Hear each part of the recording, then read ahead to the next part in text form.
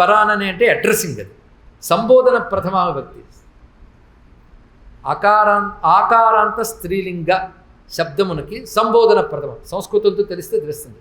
మనోరమా వరాననా అనే స్త్రీలింగ శబ్దాన్ని సంబోధనలో అడ్రస్లో చెప్పేటప్పుడు మనోరమే వరానని కదా. పుంలింగంలో మనోరమ వరానన అంటే పుంలింగం అయిపోయింది. అంటే వరాననుడు మనోరముడు ఒకడు ఉన్నాడు. దానికి సప్తమి విభక్తి చేస్తే మనోరమే వరాననే అవుతుంది. సప్తమి విభక్తి అంటే తెలుసా? ఇక్కడ పెద్దవాళ్ళు చిన్నప్పుడు చదువుకున్నాం అంటారు, పిల్లవాళ్ళు ఎప్పుడూ చదవలేదు అంటారు. అది అదే సప్తమి విభక్తి. సప్తమి విభక్తి అంటే అందున్నన్ సప్తమి విభక్తి తెలుసు కదా. అందు ఇందాక వరాననే మనోరమ అంటే ఏమర్థం చెప్పుకున్నాం? ఓ మనోరమ ఓ వరానన అర్థం. ఇప్పుడేమిటి? మనోరమును యందు వరానను యందు రామే రామును యందు రమే రమిస్తున్నాను అని అర్థం వస్తుంది. కనుక నేను శ్రీరామ రామ రామ అంటూ ఆనందిస్తున్నాను. ఎవరి యందు? మనోరముడైన రాముని యందు, వరాననుడైన రాముని యందు. అంటే రాముడికి రెండు అర్థాలు చెప్తాడు. ఆయన వరాననుడు, అందమైన ముఖం అయింది. రాముడి కంటే అందమైన ముఖం ఉంటుందా? అదే చూస్తూ చూడాలనిపిస్తుంటుంది. ఆఖరి రావణాసురుడు కూడా అలాగే అనిపిస్తుంది. ఏం చేస్తాం? అందుకని చాలా జాగ్రత్త పడ్డాడు. రాముడిని చూస్తే దండం పెట్టేస్తామని భయం ఆయనకి. అందుకే యుద్ధంలో మాత్రమే రాముడిని చూశాడు, అంతకుముందు చూడలేదు. సీతమ్మను అపహరించినప్పుడు కూడా పక్కకి తప్పించి తీసుకెళ్ళిపోయాడు. ఎందుకంటే ముందు రాముడిని చూస్తే జీవుడు జైవిజుల్లో ఒకడు కనుక దండం పెట్టేస్తాడు. యుద్ధంలో 10 మందిని చంపిన తర్వాత రాముడిని చూస్తే ఈ రాముడు నా వాళ్ళందరినీ చంపేశాడని కోపం వస్తుంది. కోపం వస్తే భగవంతుడు కనబట్టు, అది వచ్చింది ఇక్కడ. అందుకే సెలెక్ట్ చేసుకున్నాడు యుద్ధంలో చూడడానికి. ఇది ఒక రహస్యం అండి. ఇక్కడ రామాయణ రహస్యాల్లో ఇది ఒకటి. ఇలా తీస్తే ఎన్ని రహస్యాలు.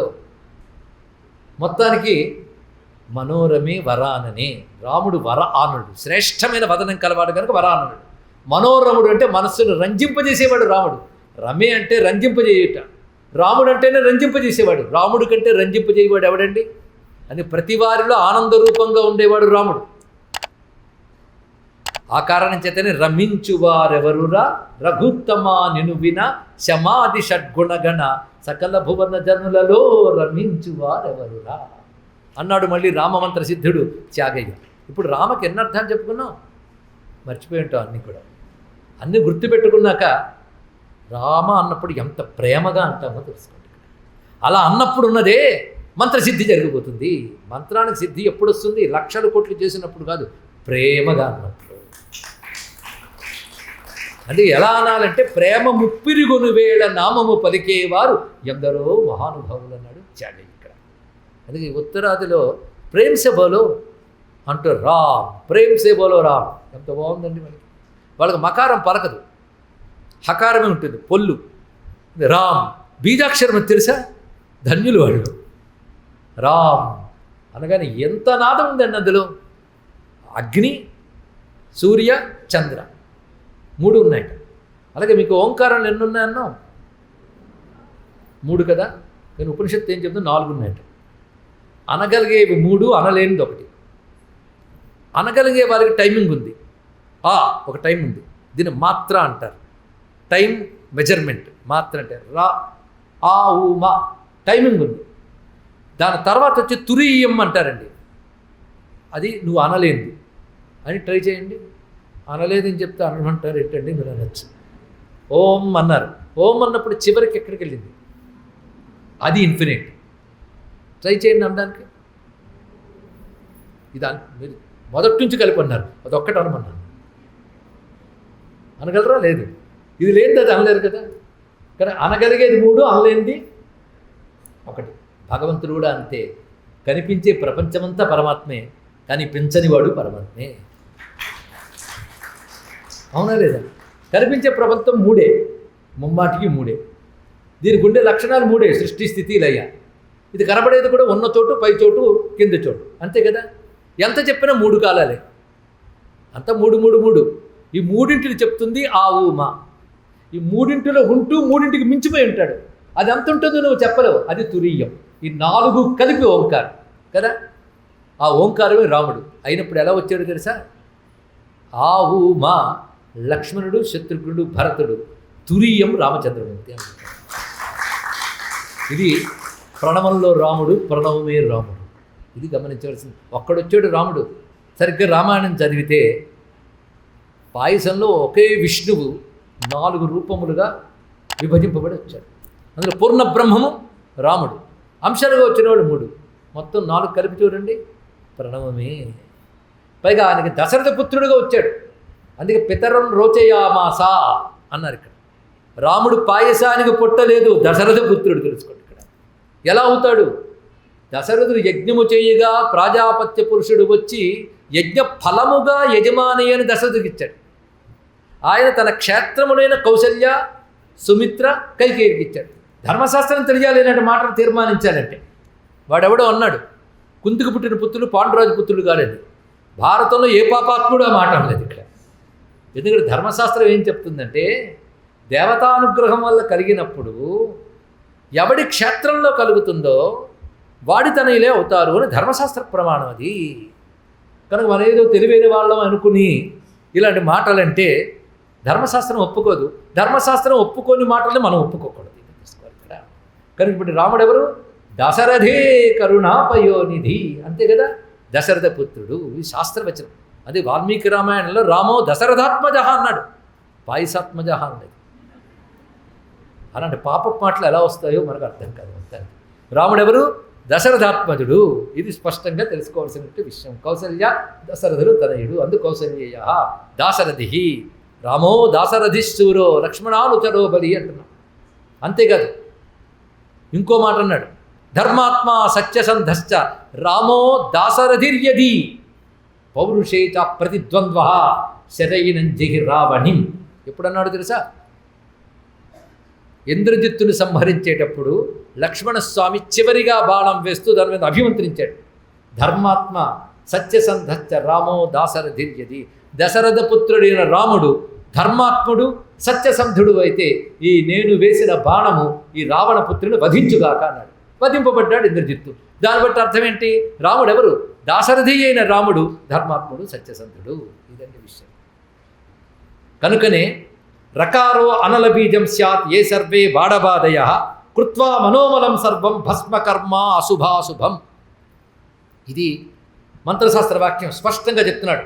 రకారో అనల బీజం, అది ఎలాంటిదంటే బడబాగ్నిలా పుట్టి మనోమలము మొత్తము భస్మం చేస్తున్నాడు. చెత్త బాగా పేరుకుపోతే తగలబెట్టేస్తుంది కదా, అలా మన మనస్సులో అనేక జన్మల చెత్త పేరుకుంది. దాన్ని పాపం అంటాం. ముందు అది క్లెన్సింగ్ లేకపోతే ప్యూరిఫికేషన్ రాదు. అంతే కదా. ఇంట్లో ఒక వస్తువులో నీళ్లు పోయాలన్నా పాలు పోయాలన్నా ముందు ఆ పాత్రను తోమాలా లేదా? అలాగే మనస్సును శుద్ధి చేయాలంటే పాపం పోవాలి.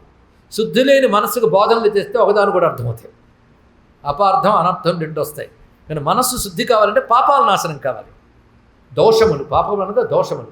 ఈ దోషములన్నీ నశింపజేస్తుంది అగ్ని బీజమైన రకారము. రా అనగానే మీకు తెలియకుండా పాపములన్నీ భస్మైపోతాయి. ఇక ఆ తర్వాత మరొక మంత్ర విశేషం చెప్తున్నాడు. అకారో భానుబీజం స్యాత్ సర్వవేద ప్రకాశక హరత్యేవ సద్రిత్ర్యా అవిద్యా హృదయేతమః. ఎంత గొప్ప మాట. అకారము అది ఆదిత్య బీజం. అదేం చేస్తుందంటే నీ మనస్సులో ఉన్న అజ్ఞానాన్ని పోగొడుతుంది. వేదములన్నీ సారంగా ఏ జ్ఞానం చెప్పిందో ఆ జ్ఞానం నీ బుద్ధికి స్ఫురింపజేస్తుందండి అకారం. వేదాలు చదవకపోవచ్చు, మంత్రాలు చదవకపోవచ్చు, సారమైన జ్ఞానం నీ బుద్ధికి ఏదో అవసరం అది ఇచ్చేస్తుంది. అకారం అయిపోయింది కదా. ఈ రెండింటి తర్వాత మకారం అంటే పాపాలు దహిస్తుంది రకారం, జ్ఞానం ఇస్తుంది అకారం. ఒట్టి జ్ఞానం వచ్చే లాభం ఏంది? చివరికి కావాల్సింది శాంతి కావాలి, ఆనందం కావాలి. అది ఇవ్వడానికి మకారశ్చంద్రబీజం స్యాత్ సదంబు పరిపూరణం త్రితాపం హరతే నిత్యం శీతలత్వం కరోతి చ. ఎంత చక్కటి మాట. రామ అన్నప్పుడు చంద్రుడు జలకారకుడు, అమృత స్వరూపం రాముడు. అందుకే అమృత రూపమైన ఆనందాన్ని, శాంతిని ప్రసాదిస్తుంది మకారం, చంద్రబీజం. ఈ మూడిట్లో ఏది మనకు కావాలి? 3 కావాలి కదా. పాపనాశనానికి రకారం, జ్ఞానానికి అకారం, శాంతికి ఆనందానికి మకారం. 3 ఇచ్చే రామచంద్రమూర్తికి నమస్కారం. అంతేకాదు ఆనందం రావడం చెప్పుకున్నాం. నిజమైన ఆనందం ఎవరు అనుభవిస్తున్నారండి చెప్పగలరా? యోగులు. అందుకే మనం అనేక మార్లు చెప్పుకున్నాం, మరోసారి చెప్పుకోవడం తప్పు లేదు. మనం అనుభవించేవి భ్రమానందాలు, యోగులు అనుభవించేది బ్రహ్మానందం. మనం అనుభవించేవి జడానందాలు, యోగులు అనుభవించేది చిదానందం కదా. మనది భ్రాంతి ఆనందాలు, అది శాంతి ఆనందం. పరమాత్మ తప్ప ఆనందం మరొక చోట లేదు లేదు లేదు. ఉందనుకుని అక్కడ ఇక్కడ తిరిగి జారిపోతున్నాం మనం. లేదని తెలిసేటప్పటికే చేతులు కాలేక ఆకులు పట్టుకున్నట్టు అయిపోతుంది. ఇక్కడ ముందే తెలుసుకో. కనుక రాముడంటే ఎవరనుకున్నారు? యోగులు ఎక్కడికి చేరి మహానందాన్ని పొందుతున్నారో అది రాముట. ఇది మంత్రశాస్త్ర నిర్వచనం. రమంతే యోగినో అంతే సత్యానందే చిదాత్మని ఇది రామపదే నాసౌ పరబ్రహ్మ విధీయతే అన్నాడు. కనుక రామ అంటే యోగులు ఎక్కడికి చేరి రమిస్తారో అదే రామ. ఏం కావాలండి అంటే బ్రహ్మానందమే రాముడు. అందుకే నాదలోలుడై బ్రహ్మానందమందవే మనసా అన్నారు త్యాగయ్య. అంతేకాదు రామ రామ రామ అంటే మరి మహావాక్యాల గురించి ఎలా అండి అని ఒక ఆయన అన్నాడు. ఎందుకంటే మనం జ్ఞానులం అనుకుని ఉపనిషత్తులు వింటే ఒక స్టేటస్ అనుకుని తత్వమసి బ్రహ్మాస్మి ఇత్యాదులు అంటూ ఉంటాం కదా. ఎందుకయ్యా నీకు అవస్థ? రామనామ అనుకో ఉంటుంది శాస్త్రం. ఎలాగో చెప్తున్నట్టు రాశబ్దో తత్పదార్థ స్యాత్ మకారః త్వం పదార్థవాన్ తయో సంయోజనం అసీత్యర్థే తత్వవిదో విదు. రామ అన్నప్పుడు రా అనేది తత్పదాన్ని చెప్తుంది, మా అనేది త్వం పదాన్ని చెప్తుంది. రెండూ ఒక దగ్గర కలపడం అసి అనే పదాన్ని చెప్తుంది. తత్వమసియే రామనామ అన్నారు ఇక్కడ. కనుక తత్వమసి వల్ల నీకే జ్ఞానం రావాలో రామనామం అది ఇవ్వగలదు. ఇది చెప్తున్న గొప్ప విషయం.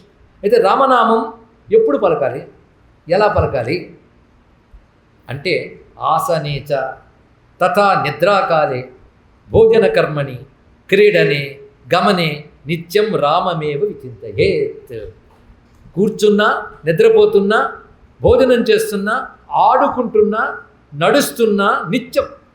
అన్ని మంత్రాలు కల లేదండో. ఈ మంత్రాలు ఎలా పెడితే అలా ఎప్పుడు పెడితే అప్పుడు చేయకూడదు. వాటి దేశకాల నియమములు ఉన్నాయి, న్యాసాదులు ఉంటాయి, శౌచాదులు ఉంటాయి.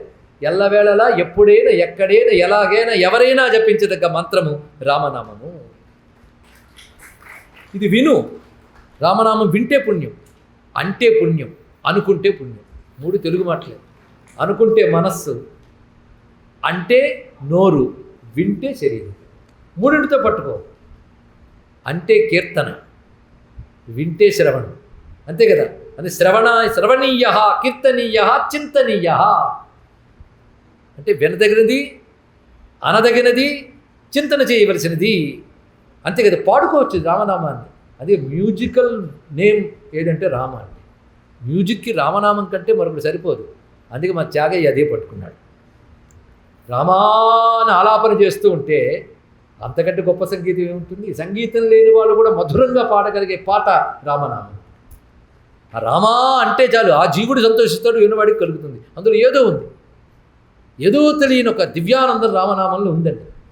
అది అనుభవించేవాడికి తెలుస్తుంది. ఎవడికి తెలుస్తుంది? అందుకే రామ నియ్యడ ప్రేమ రహితులకు నామరుచి ఏమి తెలుసురా? ప్రేమే లేని వాడికి రామరుచి తెలియదు. మరి అలా అండి చేస్తూ చేస్తూ ఉండు, పాపం పోతుంది, అప్పుడు రుచి తెలుస్తుంది. రామ అనేది ఇంత చక్కగా చెప్తున్నాడంటే పైగా స్వర్గే సురాణం అమృతం యథాస్తి పరమప్రియ రామనామామృతం భూమ్యా క్షయం నాప్నోతి వై కదా. స్వర్గంలో దేవతలకి అమృతం దొరుకుతుందిట.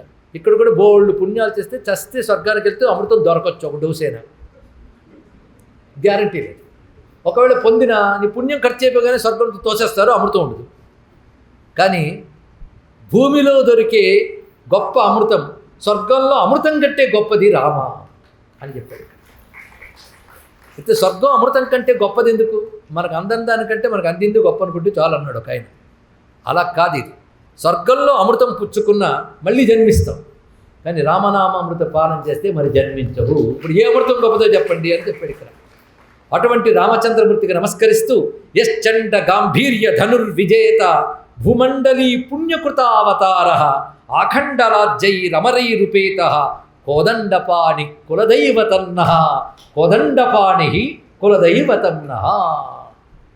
ఎవరి యొక్క చండమైన గాంభీర్యంతో కూడినటువంటి ధనుస్సు సమస్త భూమండలాన్ని జయిస్తుందో, భూమి చేసుకున్న పుణ్యం కొద్దీ ఎవడవతరించాడో, ఎవడు ఇంద్రాది దేవతల చేత పూజింపబడుతున్నాడో ఆ కోదండ రాముడు మాకు కులదైవము. ఎంత చక్కగా చెప్పారండి. మరొక్కసారి శ్లోకం చెప్పుకొని యశ్చండ గాంభీర్య ధనుర్విజేత భూమండలీ పుణ్యకృతావతార ఆఖండలాజ్జైరమరైరుపేత కోదండపాణి కులదైవతన్న కోదండపాణి కులదైవతమ్న కోదండపాణి కులదైవతమ్న అది అనుకుంటే చాలు. కనుక నారాయణ స్వామి మహావిష్ణువు సర్వజగదహీశ్వరుడైన సాక్షాత్ పరమాత్మ పరబ్రహ్మ అయిన నారాయణుడే తన బ్రహ్మతత్వం అంతా చూపిస్తూ ఒక నామంగా, ఒక రూపంగా, ఒక అవతారంగా మన కోసం లభించాడు.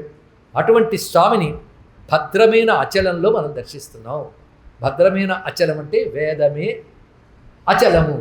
ఆ వేదాంతమునందున్న బ్రహ్మమే రాముడు గనుక ఆ వేద అచల రాముడే భద్రాచల కోదండ రాముడుగా మనం దర్శిస్తున్నాం. అంతేకాదు ఇంకొక రహస్యం ఉందండి, అది చెప్పి ముగిస్తా. కోదండానికి ఒక ఆంతర్యం ఉంది.